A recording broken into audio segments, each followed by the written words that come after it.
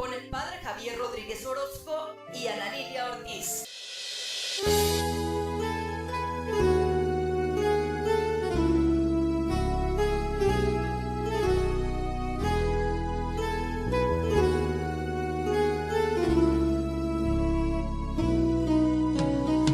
Hola, ¿qué tal amigos? Bienvenidos nuevamente a este su programa de Católicos Despiertos. Muchas gracias por seguirnos sintonizando en una semana más.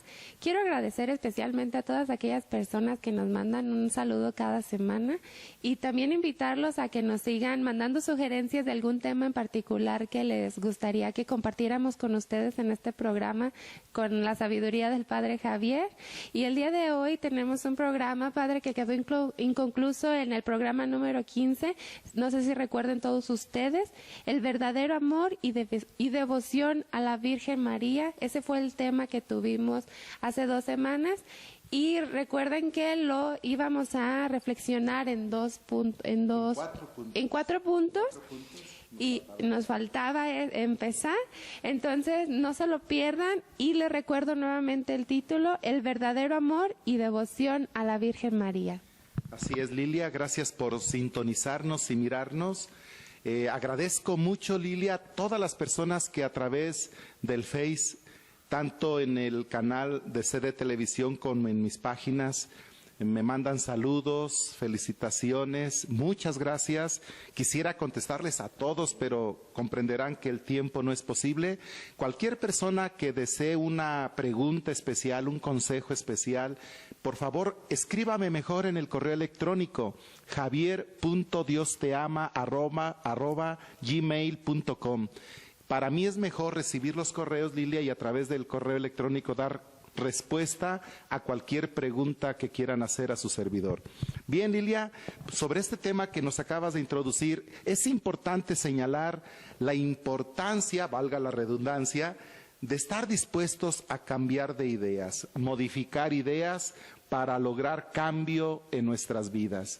En realidad, nadie cambia, Lilia, si primero no cambia ideas. Los cambios en una persona se producen primero en las ideas, en la manera de pensar. Por eso las personas que no cambian actitudes, que no cambian modos de ser, es porque cierran su mente, Lilia, cierran sus ideas y no admiten nuevas ideas o mejores ideas, no las renuevan y no desechan las ideas que no sirven. Ya habíamos dicho en un programa la importancia de la manera de pensar. El tema de la Virgen María necesita en nosotros, en muchos, hacer ajustes en la manera en que hemos pensado y quizá en la manera en que hemos vivido. Ajustes donde pongamos en el centro con nuestra vida y nuestra manera de pensar a Jesucristo, la razón de ser de la Virgen María. Esa es la finalidad del verdadero culto y devoción a la Virgen María. Acordémonos cómo Platón, Lilia, nos decía: solo hay un bien, el conocimiento, y solo hay un mal, la ignorancia. En la medida en que vayamos adquiriendo conocimiento, podemos tener mejores ideas, y en la medida en que mejoremos nuestras ideas, podemos vivir mejor. Bien, Lilia, este tema lo vamos a continuar en 7 enseñanzas que la misma Iglesia nos da sobre el verdadero culto a la Virgen María. Y tú nos vas a mencionar cuáles son esas 7 enseñanzas.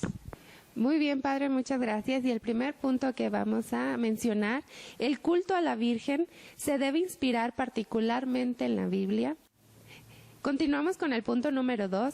Debemos conocer la doctrina de la Iglesia sobre el papel de la Virgen María para evitar desviaciones y exageraciones, Padre. Así es, Lilia. Casi siempre cuando hay exageraciones y desviaciones en la práctica de la fe, se debe a que no sabemos, no tenemos conocimiento de lo que creemos y de lo que debemos hacer. Por eso, para que el culto a la Virgen María sea como Dios quiere y como a la misma Virgen le agrada, Lilia, debe inspirarse en la enseñanza de la Iglesia. 3 documentos principalmente deberíamos de saber todos los católicos. El primero es el capítulo 8 de la Lumen Gentium, esa constitución del Concilio Vaticano II, Lumen Gentium, la Iglesia Luz de las Gentes. en los números 52 al 69. Allí el Concilio Vaticano II nos ubica muy bien cómo debe ser nuestro culto a la Virgen y el papel de la Virgen María en la vida de los cristianos. Otro documento imprescindible, Lilia, es la exhortación Marialis Cultus, es decir, el culto a la Virgen María del Papa Pablo VI del 2 de febrero de 1974. Y finalmente, aunque hay más documentos, pero para saberlos, los documentos de los obispos de América Latina, Lilia, el documento de Puebla, que fue la conferencia aquí en Puebla, la primera, en los números 282 al 303, y el último documento de los obispos de América Latina, el documento de Aparecida del 2007, en los números 266 a 272. Mientras mejor conozcamos lo que la Iglesia enseña sobre el papel de la Virgen María en la vida del cristiano y el culto que debemos darle, mejor vamos a practicar nuestra devoción en la Virgen María. Datos muy interesantes, Padre. Y el punto número 3, uno solo es nuestro mediador y salvador, Cristo Jesús. ¿Qué nos puede decir? Exactamente. El único mediador que tenemos entre Dios y los hombres es Cristo Jesús. 1 Timoteo capítulo 2, versos 5 y 6. Hechos de los Apóstoles capítulo 4, verso 12. La misma doctrina de la Iglesia nos enseña que la mediación de la Virgen María es para unirnos a los fieles, a los católicos, en una mayor intimidad, conocimiento y seguimiento de Cristo. Podemos verlo en la encíclica del Papa San Juan Pablo II, la Madre del Redentor, número 38, en la Lumen Gentium, que ya mencioné, en el número 60, y en la exhortación del Papa Pablo VI, Marialis Cultus, en los números 56 y 57, Lilia. Uno solo es nuestro mediador y salvador, Cristo Jesús, y la Virgen María tiene que ser un ejemplo, una motivación para que nosotros vivamos así la relación con Cristo como ella la vivió. Y el punto número 4, el culto litúrgico a la Virgen es de naturaleza superior a las demás manifestaciones de devoción que deben conducir a él. Esto es muy importante, Lilia, porque tú habrás visto, no sé si lo has visto, hay personas que cuando estamos en misa, por ejemplo, llegan a visitar una imagen de la Virgen o de un santo. Cuando una persona llega al templo a misa, debe entender que si estamos en la celebración eucarística, que es nuestra más grande celebración de fe, se debe integrar a la celebración y dejar su devoción para después de la celebración eucarística. Igual dígase cuando entran de rodillas, Lilia, al templo, en una misa, deben esperar porque nada debe perturbar la celebración más grande que es la Eucaristía, lo que nos enseña la doctrina de la Iglesia. En la Constitución del Concilio sobre la Sagrada Liturgia, Sacrosanctum Concilium, en el número 13, el mismo Papa Pablo VI lo repite en su exhortación, el culto a la Virgen María, número 29 a 39. Personas, por ejemplo, Lidia, que también van a misa y mientras están en misa están rezando el rosario. No se debe hacer eso. Lo principal es la celebración eucarística y la devoción del rosario, por muy buena que es, se debe hacer en otro momento. La Iglesia nos dice, pues, el culto litúrgico que se da a la Virgen debe valorarse más que todas las muestras de religiosidad y devoción a la Virgen, como eso de visitar imágenes, rezar el rosario. El culto, la Iglesia nos lo ofrece en las celebraciones eucarísticas, donde honramos las distintas advocaciones de la Virgen María. Eso debe ser lo principal. Continuamos con la quinta enseñanza. Ni la Virgen ni los santos pueden hacer milagros ni concedernos algo por sí mismo. María y los santos interceden ante Dios por nosotros para obtener lo que pedimos y conviene a nuestra salvación, porque a veces pedimos muchas cosas que no siempre son buenas. Así es, Lilia. Y como dices, el papel de la Virgen María y de los santos en el cielo es alabar y bendecir a Dios como vamos a estar nosotros un día con Dios todos, pero también el papel que tienen siempre es interceder por nosotros.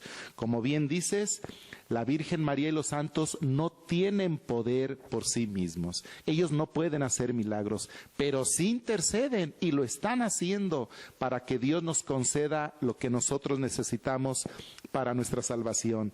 Esto, Lidia, lo vemos claramente en las bodas de Caná. ¿Te recuerdas cómo Jesús es invitado?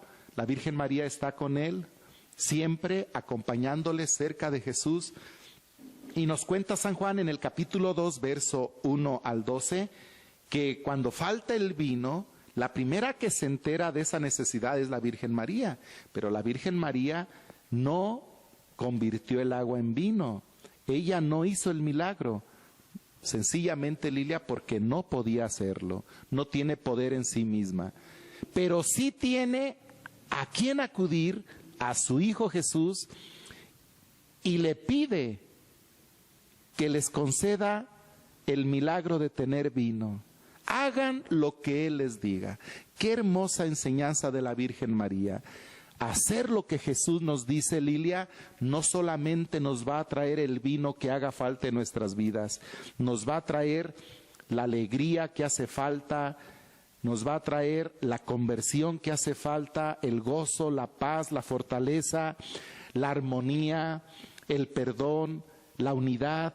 Todo lo que necesita en nuestra vida, Lilia, Dios nos lo va a conceder si seguimos la única orden que nos dio la Virgen María, hacer lo que Jesús nos diga. Ella intercede y aquella boda sigue feliz con el vino, sigue la fiesta, sigue la alegría, gracias a la intercesión de la Virgen María y a la acción de Jesús, dando a aquella boda lo que necesitaban. Entonces, la Virgen María y los santos siempre están intercediendo por nosotros. Y debo decir, Lilia, algo importante. Interceden aún por los que no piden su intercesión. No olvidemos que la Virgen María es nuestra madre en el orden espiritual. Y una madre no creo que solo pida por sus hijos buenos, ni solo por los hijos que le pidan algo. Una madre, tú eres mamá, Lilia, una madre pide, ayuda a todos sus hijos, a lo mejor, como dice Jesús en el Evangelio, hasta con más insistencia por los más alejados, por los más descarriados, es por los que más se puede preocupar, como Jesús nos cuenta la parábola de la oveja perdida. Deja las 99 que tiene bien y va a buscar la perdida. La Virgen María y los santos siempre interceden por todos, por todos.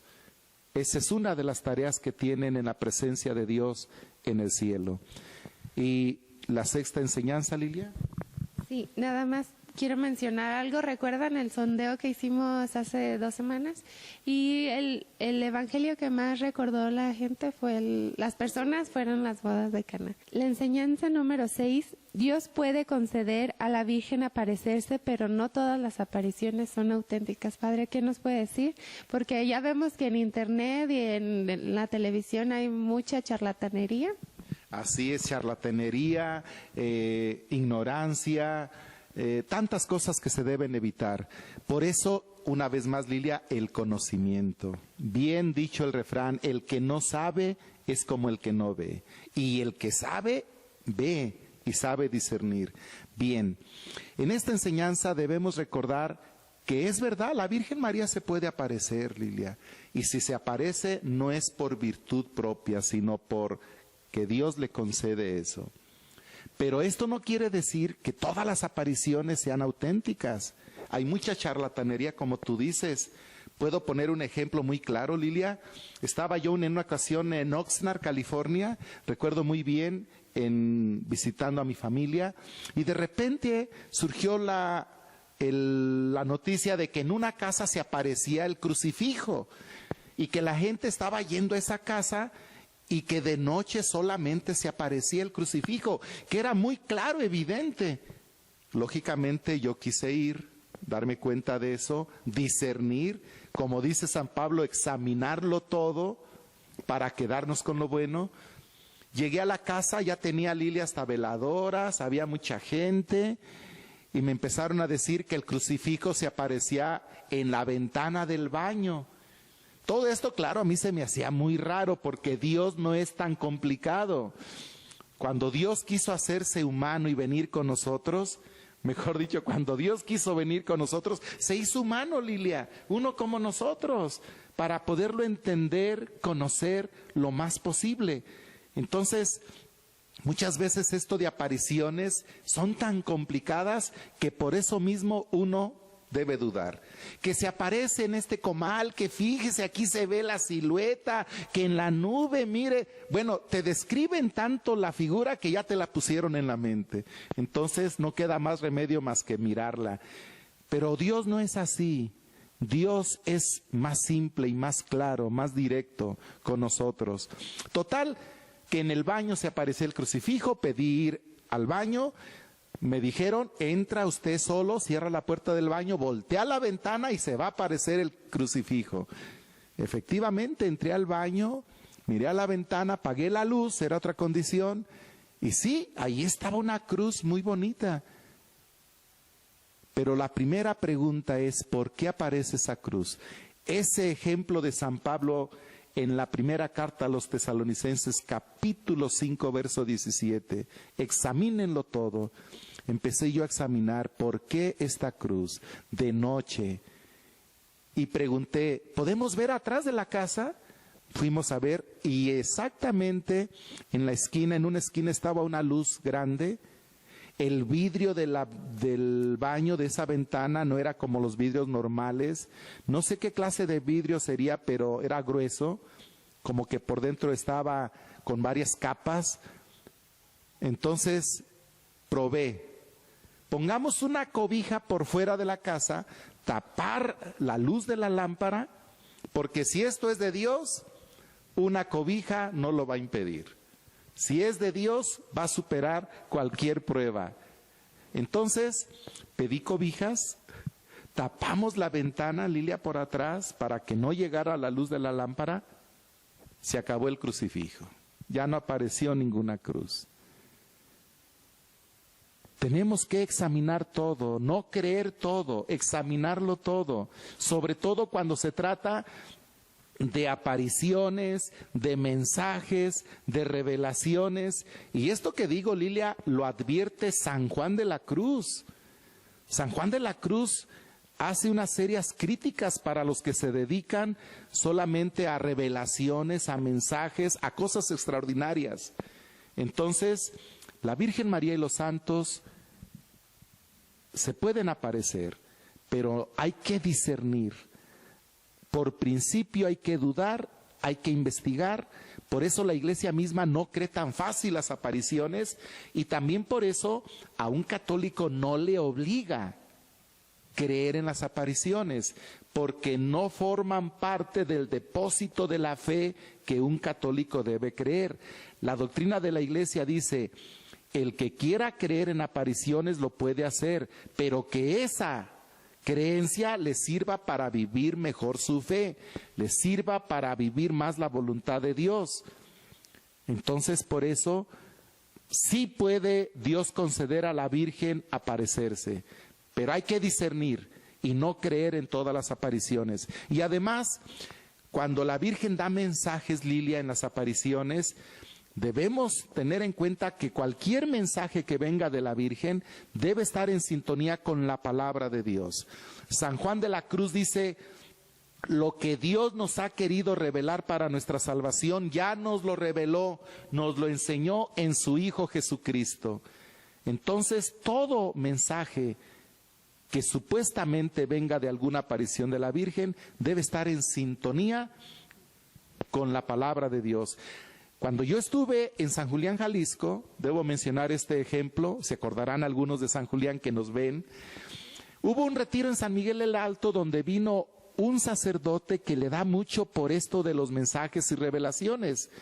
Y ahí les dijo que la Virgen le había dicho a alguna persona que se le apareció que pronto iban a llegar 3 días de oscuridad que anunciaban el fin del mundo. Ya te imaginarás cuánta gente se traumó, fueron conmigo a preguntarme. Hay gente que ya incluso el padre les dijo, compren velas, sus enseres, las cosas que ocupan para su alimentación, porque 3 días habrá de oscuridad y pronto, dijo la Virgen. La gente preocupada, asustada. Yo les dije, no lo crean, eso es mentira, no tiene fundamento en la palabra de Dios. Jesús dijo, en cuanto al día del final, solo el Padre lo sabe. Entonces, esto era una mentira clara desde la palabra de Dios. Yo le dije a la gente, no lo crean, eso es mentira. El Padre abusó de su ignorancia, no debió decir eso, no tiene ningún fundamento bíblico. Y la gente asustada, Lilia, pero porque todo cree y nos falta mucho conocimiento de la palabra. Cualquier mensaje de la Virgen debe estar en sintonía con la palabra de Dios. Por algo, Lilia, te acordarás como hemos dicho aquí lo que el profeta Oseas dice: mi pueblo perece por falta de conocimiento. Entonces, tengamos en cuenta esto cuando nos hablen de alguna aparición de la Virgen María y de los mensajes. Todo mensaje en sintonía con la palabra de Dios.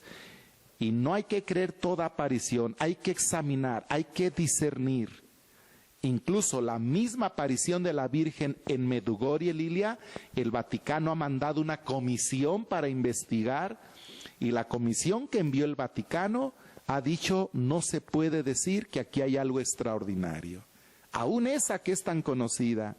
Entonces, la Iglesia tiene mucha cautela en aceptar apariciones. Nosotros no tenemos que ser ingenuos, Lilia, creer todo. Muy fácilmente creemos todo y nos dejamos llevar por todo. Y al rato vienen los engaños, los abusos, como ha pasado ya incluso aquí en nuestro pueblo. Recuerdo, en paz descanse, el padre Moisés Lárraga, que venía aquí y que él decía que sus aceititos curaban, el paño curaba. ¿Se acordarán personas que fueron a esos retiros aquí en Degollado en tiempos del cura Miguel Franco?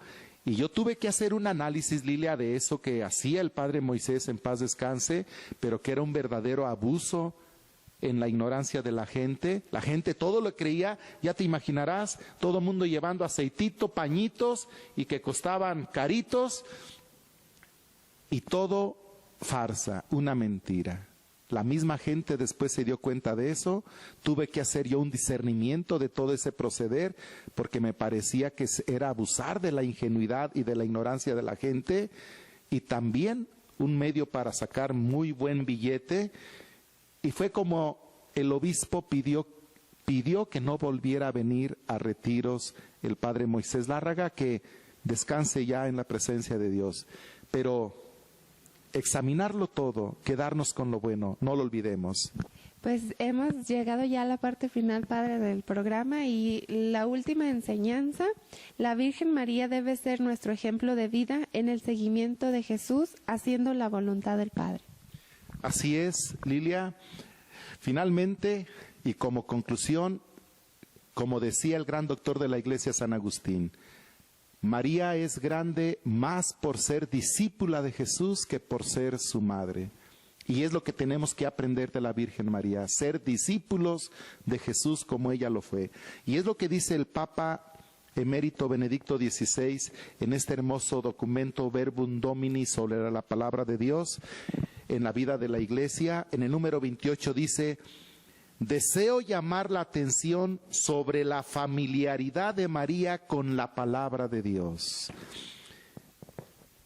Y el Papa en estos números nos indica las actitudes que tuvo la Virgen María hacia la palabra de Dios, hacia la voluntad de Dios, y que te voy a pedir que nos leas, Lilia, donde debemos ver en María el ejemplo que debemos seguir para ser discípulos de Jesús como ella lo fue. Primero, ser como ella, incondicionalmente dóciles a la palabra de Dios, número 27. Segundo, escuchar como ella, con fe y apertura a la palabra de Dios, para que se haga vida en nosotros, número 27. Como ella, hablar y pensar con la palabra de Dios, para que nuestras palabras, como las de ella, surjan de la palabra de Dios, número 28. como ella que nuestros pensamientos estén en sintonía con los pensamientos de Dios, número 28, como ella que estemos íntimamente penetrados por la palabra de Dios, número 28, y sexta y última, como ella que nuestra existencia esté totalmente modelada por la palabra de Dios, número 28. Número 27 y 28 de este documento Verbum Domini, donde el Papa Emérito Benedicto XVI nos muestra el ejemplo de la Virgen María en el seguimiento de Jesús y en hacer la voluntad de Dios. Esperamos, amigos, que estos dos temas sobre la Virgen María, el verdadero amor y devoción a ella, nos ayuden, Lilia, nos motiven a hacer los ajustes que debemos hacer en nuestra manera de pensar, pero sobre todo hacer los ajustes que debemos hacer en nuestra manera de vivir la fe como hijos de Dios, como hijos de la Virgen María y teniéndole un verdadero amor y devoción a ella. Todo esto, Lilia, nos va a ayudar a ser cada vez más católicos despiertos.